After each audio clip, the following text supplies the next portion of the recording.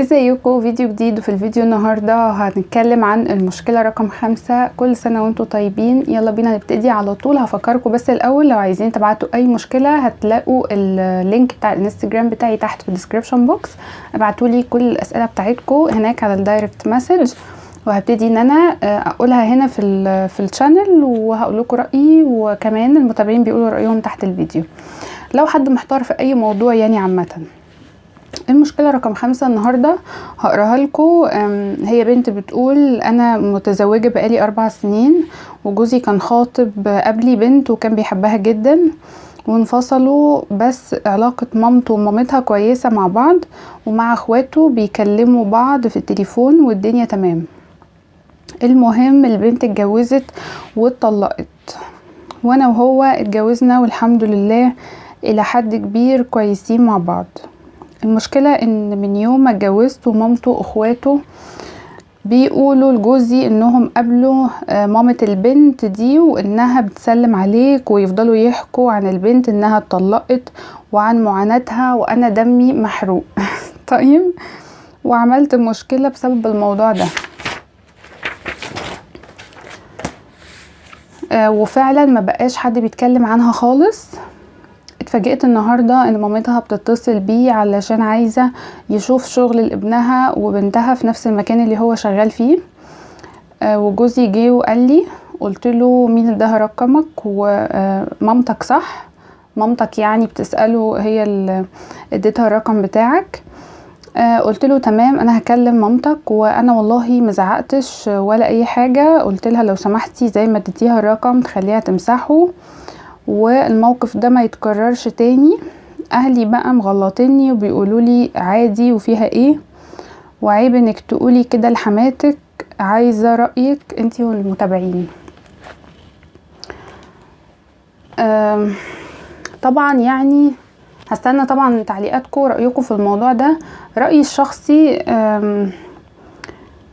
ما كان مش لطيف انك تقولي كده، طبعا اكيد مش لطيف انك تقولي كده، بس طبعا اهلك ما ينفعش يسيبوا يعني المشكلة نفسها ويمسكوا في رد فعلك. يعني برضو ده مش منطقي. لو في اهالي بيسمعوني، يعني انا عارفة ان اهلك مش شرط يكونوا بيسمعوا، بس لو في اهالي بيسمعوني ينفعش نسيب المشكلة الاساسية ونمسك في رد الفعل.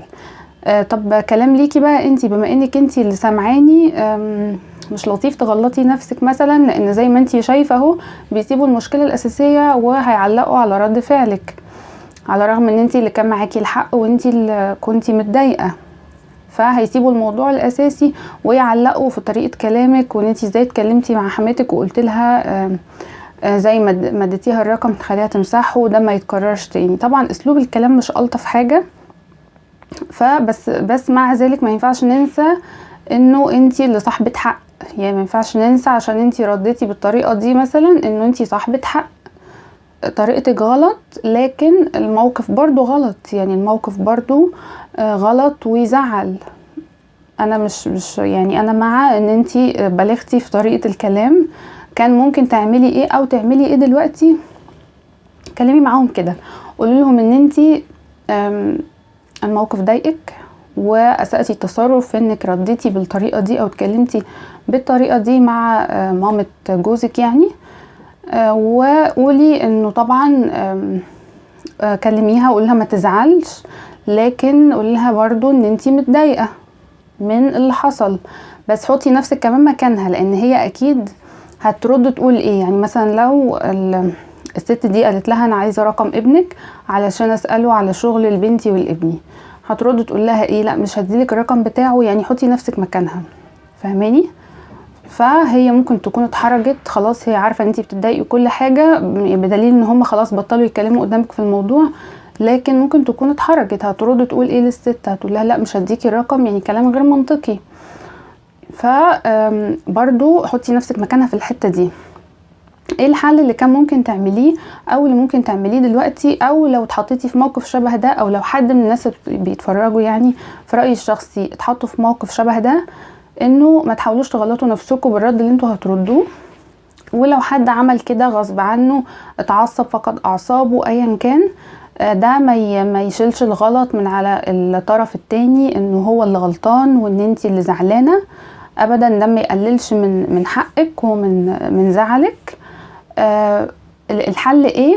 الحل ايه وانتي تعملي ايه؟ زي ما قلتلك اتكلمي مع مامته وقولي لها ما تزعلش من طريقه الكلام، لكن انتي اتكلمتي كده بسبب انك زعلتي من الموقف، وانتي مقدره ان هي ممكن تكون اتحرجت. قولي لها الكلام ده، فما عرفتش تقول ايه للست ان هي تقول لها لا مش هديكي الرقم، قولي لها انا مقدره كده بس انا اتعصبت واتضايقت فعشان كده قلتلك الكلام ده يعني، وخلاص.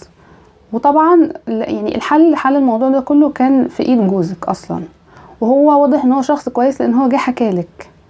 فانتي شويه يمكن اتعصبتي فروحتي اتكلمتي مع مامته، ما كانش المفروض تتكلمي معاها اصلا، كان المفروض تتكلمي معاه هو، وكان الموضوع ينتهي بان هو يعتذر للست دي بكل ذوق وبكل شياكه، من غير افوره ومن غير مشاكل ومن غير اي حاجه، انه ما فيش عندهم شغل، بس يعني انه ما فيش عندهم شغل في الشركه اللي هو فيها، لا لابن الست دي ولا لبنتها، وكان الموضوع هينتهي بكل الشياكه. فيعني ملهوش لزوم الافوره في الموضوع. ونصيحتي ليكي من غير ما تزعلي مني، يعني احب اقولك لو هتزعلي طبعا ومش حابه رايي، يعني طبعا ليكي كامل الحريه والاحترام، بس انا كمان بوجه الكلام ده لبنات كتير لو حد في نفس الحاجه شبه الموضوع ده، انه حاولي على قد ما تقدري، اشتغلي على ثقتك بنفسك وكمان ثقتك فيه هو، علشان دي مهمه. ان انتي مش هينفع تبداي تكوني بتلحقيه بالطريقه دي وان انتي بتحلقي عليه كده بالطريقه دي، فيعني مش حلو في حقك، مش حلو في حقك. يعني هو يعني مش مثلا انتي متجوزه مثلا شخص يعني مش متجوزه مثلا حسين فهمي رشدي اباظه، يعني مش للدرجه عشان هو كمان ما يتمرعش عليكي ان انتي تحسسيه انك انتي بتأفوري بتبالغي قوي كده، ما ينفعش. يعني دايما بيبقى العكس، بيبقى الراجل هو اللي بيغير على البنت كده من جمالها ومن يعني من كل الحاجات دي، يعني ما تقلبيش الآية.